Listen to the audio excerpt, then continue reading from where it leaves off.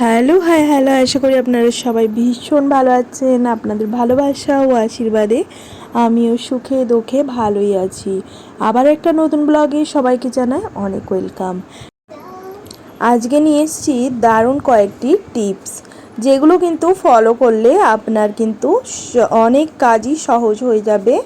আর এই টিপসগুলো কিন্তু অনেক উপকারীও হতে চলেছে আপনাদের জন্য।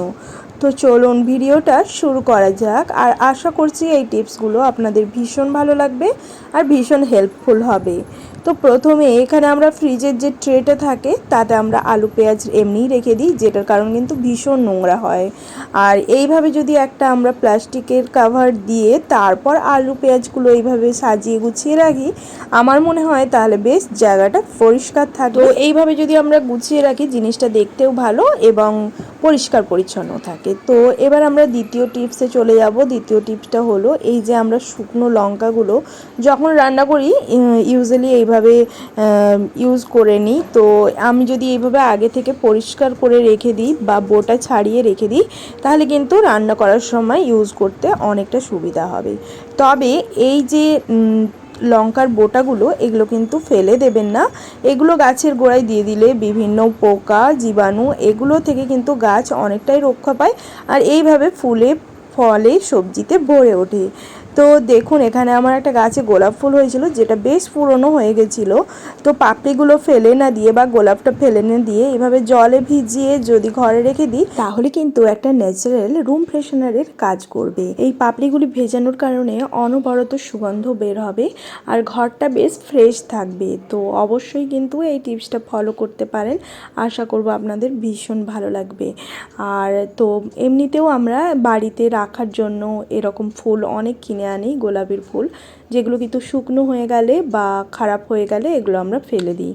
তো এগুলো ফেলে না দিয়ে এইভাবে ঠান্ডা জলে পাপড়িগুলো ভালো করে ধুয়ে নিতে হবে। এবং ধুয়ে আমি কি করছি সেটা কিন্তু অবশ্যই দেখতে হলে ভিডিওটি কন্টিনিউ করতে হবে, প্লিজ স্কিপ করবেন না ভিডিওটি। তা আমি এখানে একটা শুকনো কাপড় নিয়ে নিয়েছি আর গোলাপের পাপড়িগুলো বেশ ভালোভাবে শুকনো করে নেব। তো এই টিপসটাও কিন্তু আপনাদের জন্য অনেক হেল্পফুল হতে চলেছে, অবশ্যই আপনারা ট্রাই করতে পারেন।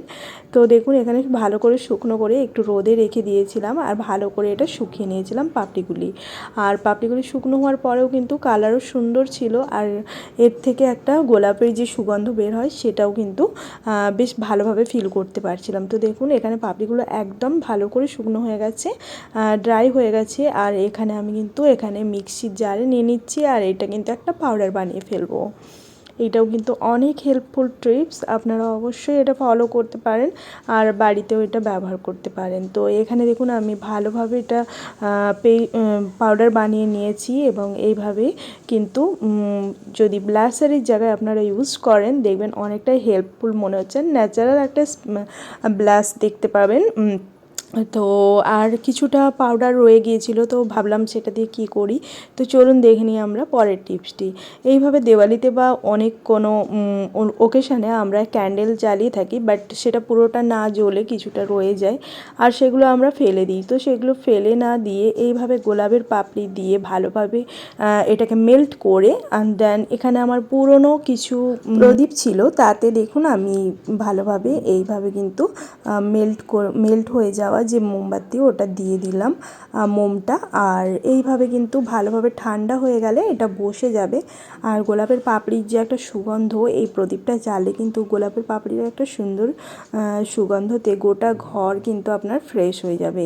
বা যে ধরুন রান্নাঘরে যে রান্না হয়, রান্নার বিভিন্ন গন্ধ থাকে, ধরুন তেল চিটে বা মাছ ভাজার, তো সেগুলো কিন্তু একদম ফ্রেশ হয়ে যাবে যদি এই মোমবাতিটা আপনি ফেলে না দিয়ে এইভাবে ইউজ করেন আর গোলাপের পাপড়িগুলোর সাথে, তাহলে কিন্তু এই প্রদীপটা যতক্ষণ জ্বলতে থাকবে একটা গোলাপের সুন্দর সুগন্ধ বের হবে।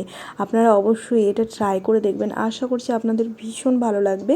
আর সব থেকে কোন টিপসটা আপনাদের বেশি ভালো লাগলো সেটাও কিন্তু অবশ্যই কমেন্টের মাধ্যমে জানান। আর প্রতিটা টিপস আশা করব আপনাদের ভীষণ কাজে লাগবে, অবশ্যই টিপসগুলি ফলো করুন। আজকের ভিডিও এই অবধিই থাকলো, আবার দেখা হচ্ছে নতুন কোনো ভিডিওতে নতুন কোনো দিন। ততক্ষণের জন্য সবাই খুব ভালো থাকবেন, সুস্থ থাকবেন। Bye bye to all of you.